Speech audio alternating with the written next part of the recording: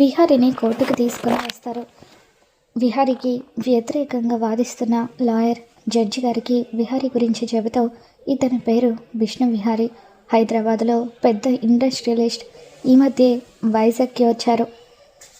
వాళ్ళ నాన్నగారు హరికృష్ణ గారి పేరు మీద కంపెనీని స్థాపించి వైజాగ్లోనే ఉండిపోయారని చెప్పి ఇతను సిరి అనే అమ్మాయిని అత్యంత దారుణంగా హత్య చేశాడని చెప్పి అంటూ ఉంటే, ఇకప్పుడు విహారి, లేదు జడ్జి గారు, ఈయన చెప్పేది అబద్ధం, సిరిని నేను చంపలేదు అని చెప్పి అంటూ ఉంటారు. ఇక దాంతో, లేదు జడ్జి గారు, ఇతనే సిరిని చంపాడనడానికి నా దగ్గర సాక్ష్యాలు కూడా ఉన్నాయి, కావాలంటే ఈ సాక్ష్యాలను పరిశీలించండి అని చెప్పి ఆయన దగ్గరున్న సాక్ష్యాలను జడ్జి గారికి చూపిస్తూ ఉంటారు. ఇక ఆ సాక్ష్యాల్లో ఒక వీడియో కూడా ఉంటుంది. ఆ వీడియోలో విహారిని తన కారుతో ఆటోకి డాష్ ఇచ్చినట్టుగా రికార్డ్ అవ్వడంతో ఇకప్పుడు అది చూసిన జడ్జి గారు, విహారి గారు, మీరే ఆ అమ్మాయిని చంపారనడానికి ఇక్కడ సాక్ష్యాలు బలంగా ఉన్నాయి అని చెప్పి అంటూ ఉంటే, లేదు జడ్జి గారు, అది నేను కావాలని చేసింది కాదు, అనుకోకుండా జరిగిపోయింది, దయచేసి నాకు ఒక్క అవకాశం ఇవ్వండి జడ్జి గారు అని చెప్పి విహారి అంటూ ఉంటాడు. మీ తరఫున వాదించడానికి లాయర్ ఎవరు లేరా అని చెప్పి జడ్జి గారు అడగడంతో, నా తరపున వాదించడానికి లాయర్ వస్తున్నారు, దయచేసి ఇంకొక 10 నిమిషాలు అవకాశం ఇవ్వండి అని చెప్పి విహారీ బతిమలాడుకోవడంతో అప్పుడు జడ్జి గారు, సరే 10 నిమిషాలు మాత్రమే మీకు టైం ఇస్తున్నాను, ఈ 10 నిమిషాల్లో మీ తరపున లాయర్ వచ్చి మీరు ఏ తప్పు చేయలేదని నిరూపిస్తే అప్పుడు మీకు ఎటువంటి శిక్ష పడదు అని చెప్పి జడ్జి గారు అంటూ ఉంటే, ఇకప్పుడు అంబిక సుభాష్తో, సుభాష్, ఆ లాయర్ రాకుండా అన్ని ఏర్పాట్లు చేసావు కదా అని చెప్పి అంటూ ఉంటే, చేశాను అంబిక, ఎట్టి పరిస్థితుల్లోనూ విహారీ తరపున వాదించడానికి ఏ లాయర్ కూడా రాడు, విహారీకి శిక్ష పడడం ఖాయం అని చెప్పి సుభాష్ అంటూ ఉంటే అంబిక ఎంతగానో ఆనందపడిపోతూ ఉంటుంది. రే విహారీ, ఇన్ని రోజులకు నా దగ్గర నుండి నువ్వు లాగేసుకున్న నా ఆస్తులన్నీ కూడా నేను సొంతం చేసుకోబోతున్నాను అని చెప్పి తెగ ఆనందపడిపోతూ ఉంటుంది. మరోవైపు యమున, భగవంతుడా, ఎలాగైనా సరే నా కొడుకు నిర్దోషిగా విడుదలవ్వాలని చెప్పి దేవుడికి దండం పెట్టుకుంటూ ఉంటుంది. జేడికేడి ఇద్దరు కూడా అడవిలో ఉన్న ఒక బిల్డింగ్ దగ్గరికి వెళ్తూ ఉంటారు. ఖచ్చితంగా శకుంతల మనుషులో ఆటో డ్రైవర్ని ఇక్కడే దాచిపెట్టి ఉంటారు. కేడి, ఒక్కసారి అటు చూడు, అక్కడ బయట చాలా చెప్పులు ఉన్నాయి, అంటే లోపల ఒక 10 మంది వరకు ఉండుంటారు, మనం చాలా కేర్ఫుల్గా డౌట్ రాకుండా లోపలికి ఎంటర్ అవ్వాలి, లేకపోతే వాళ్ళు తప్పించుకునే అవకాశం ఉంది, ఎలాగైనా సరే విహారిని నిర్దోషిగా బయటకు తీసుకొని రావాలి అని చెప్పి జేడి కేడీకి చెబుతూ ఉంటుంది. ఇక అలా వాళ్ళు ఇద్దరూ కలిసి చెరొక వైపు ఆ ఇంటిని చుట్టుముడతారు. శకుంతల ఫోన్ చేయడంతో ఒక రౌడీ ఫోన్ మాట్లాడుతూ బయటకు వస్తాడు. రై, ఆటో డ్రైవర్ సిరి ఇద్దరూ కూడా మీ దగ్గరే క్షేమంగా ఉన్నారు కదా అని చెప్పి శకుంతల అడుగుతూ ఉంటే, ఇద్దరు ఇక్కడే ఉన్నారక్క, వాళ్ళని వేసేయమంటావా అని చెప్పి ఆ రౌడీ శకుంతలతో అంటూ ఉంటాడు. ఇక దాంతో శకుంతల, వద్దురా, వాళ్ళని చంపొద్దు, ఆ సిరి పైన నేను చాలా పగ తీర్చుకోవాలి, నా గురించి తెలిసి కూడా నాకే ఎదురు రావాలని చూసింది, దాన్ని అంత ఈజీగా ఒకేసారి ఎలా చంపేస్తానో కాసేపట్లో ఆ విహారీ గడికి కోర్టులో శిక్ష పడబోతుంది. ఆ విహారీ గడికి శిక్ష పడిన తర్వాత అప్పుడు ఈ సిరి సంగతి ఏం చేయాలో ఆలోచిస్తాను, అప్పటి వరకు ఎట్టి పరిస్థితుల్లోనూ వాళ్ళిద్దరూ కూడా తప్పించుకోకుండా జాగ్రత్తగా కాపలా కాయండి అని చెప్పి శకుంతల అంటూ ఉంటుంది. సరే అక్క, జాగ్రత్తగానే ఉంటాం అని చెప్పి ఆ రౌడీ ఫోన్ పెట్టేస్తాడు. ఇక ఎప్పుడైతే ఆ రౌడీ ఫోన్ పెట్టేస్తాడో సడన్గా వెనక నుండి జేడి వచ్చి అతని నోరు మూసి 2 చేతులు కూడా విరిచి అతన్ని కొట్టి కింద పడేస్తుంది. తర్వాత జేడి కేడి ఇద్దరు కూడా మెల్లిగా లోపలికి ఎంటర్ అవుతారు. ఇద్దరు ఒకేసారి రౌడీల మీద దాడి చేసి ఆటో డ్రైవర్ కట్లు విప్పేస్తారు. ఆ ఆటో డ్రైవర్, మేడం, ఈ రౌడీలు నన్ను బలవంతంగా కిడ్నాప్ చేసి తీసుకువచ్చారు మేడం అని చెప్పి ఆటో డ్రైవర్ అంటూ ఉంటాడు. అంటే ఆ రోజు ప్రమాదంలో చనిపోయింది నువ్వు కాదన్నమాట.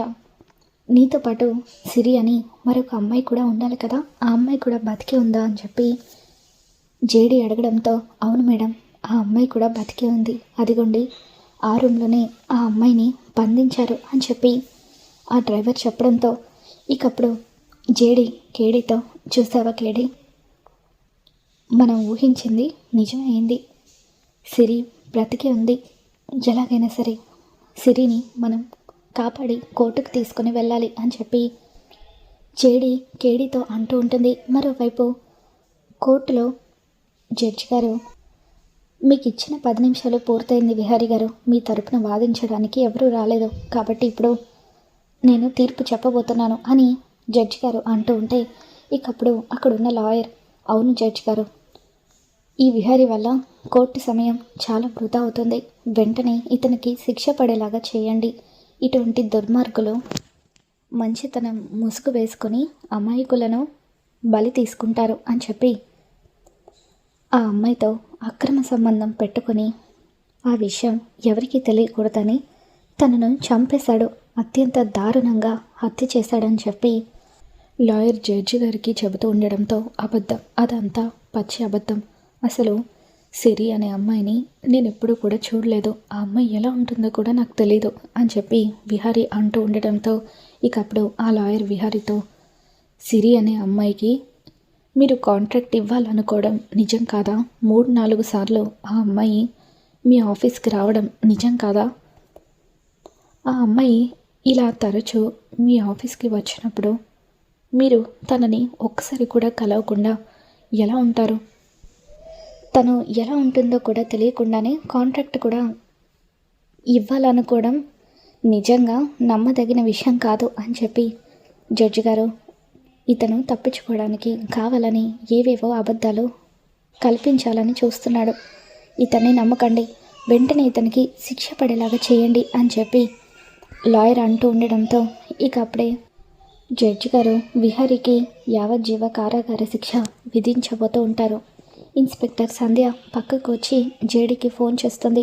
జేడీ, విహారీకి శిక్ష విధించబోతున్నారు, విహారీ గారు చాలా మంచివారు, ఆయనకు శిక్ష పడుతున్నా నేనేమీ చేయలేకపోతున్నాను అని చెప్పి అంటూ ఉండడంతో ఒక 15 నిమిషాలు ఏదో ఒక విధంగా జడ్జి గారిని రిక్వెస్ట్ చేసి మేనేజ్ చేయండి సంధ్య గారు, డ్రైవర్ని మాత్రమే కాదు సిరిని కూడా మేము కాపాడి తీసుకుని వస్తాము, మేమిప్పుడు సిరి దగ్గరే ఉన్నాము అని చెప్పి జేడీకేడి ఇద్దరు అంటూ ఉండడంతో ఇకప్పుడు సంధ్య ఎంతగానో ఆనందపడిపోతూ, మీరు చెప్పేది నిజమా, సిరి బతికే ఉందా, అయితే జడ్జి గారిని నేను రిక్వెస్ట్ చేస్తాను అని చెప్పి జడ్జి గారు శిక్ష విధించబోతూ ఉండగా జడ్జి గారు, సిరిని విహారీ గారు చంపడం అనేది అబద్ధం, సిరి అసలు చనిపోలేదు, తను బతికి ఉంది అని చెప్పి దయచేసి ఒక 20 నిమిషాలు టైం ఇచ్చినట్లయితే జేడీ కేడీ ఇద్దరూ కలిసి సిరిని తీసుకువస్తారు, ప్లీజ్ జడ్జి గారు